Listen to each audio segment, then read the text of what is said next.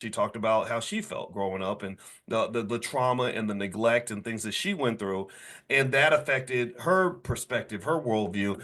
And so everything was like sad. Everything was like you come home, he'd say, "Oh, guess what? I'm gonna do da, da, da, da." And then it's like, well, that's gonna cost a lot of money.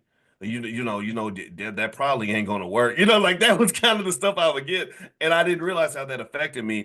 So I think that intentionality is extremely important, especially when you talk about economic topics. People that are very optimistic tend to have a better relationship with risk than people that are pessimistic.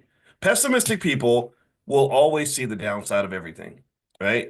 People that are deliberately pessimistic or don't understand how pessimistic they can be, they think they're being realistic when really when you think about risk. And I told you in my research I spent a lot of time assessing risk and studying risk on a mathematical level. That's what we had to do when I was at Ohio State. And the thing is that risk has upside and downside. And so if you're a person who tends to always see the downside in everything, then you don't have an accurate perspective of risk. You have what we call an extremely concave utility function. The simple way to say that would mean that you basically are scared of damn near everything. So risk does not make sense to you. Taking chances doesn't matter to you. And this is really important for us to understand as Black people. And I assume all of y'all are Black.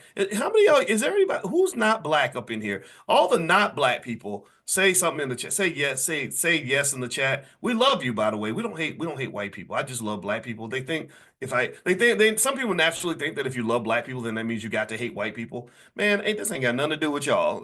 You are not that important in my world. So I'm thinking I'm gonna waste my energy trying to hate on somebody. No, I want love. Love is what I lead with. Period. I lead with love. Okay, I see some yeses. All right, Ken and Lauren and Kimberly. All right, so we got some white folks. So that's all right, and that's cool, Susan. Susan, we love you, by the way. Everybody say hi to Susan. She's Black. Oh, Black British. Okay, so you're well, Black British is Black. Come on now.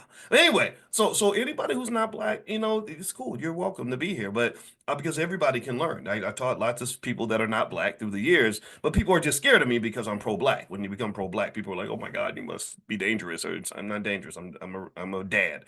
So anyway, with that said, your perception of risk is distorted to some extent because Black people have been through a lot of stuff, right? We went through this massive thing called slavery that no most other people haven't gone through. We went through things like the Middle Passage and the slave dungeons and Jim Crow and all kinds of stuff, where people were killed and incarcerated for the smallest things.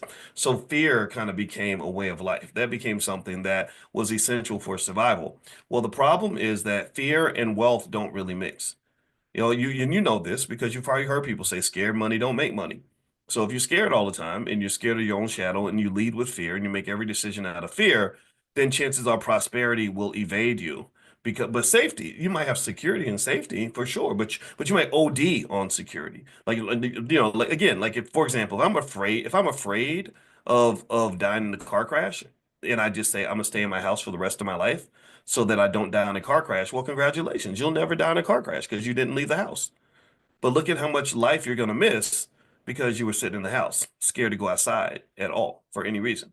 So a lot of this, when you link that to trauma, intergenerational trauma, post-traumatic slave disorder, things like that, as well as just the environment that you're in, that can really affect your ability and desire to take risks. So because I dealt with the depression I felt as a kid, I mean, I was really depressed. It was a very sad time for me. I'm not gonna lie about that.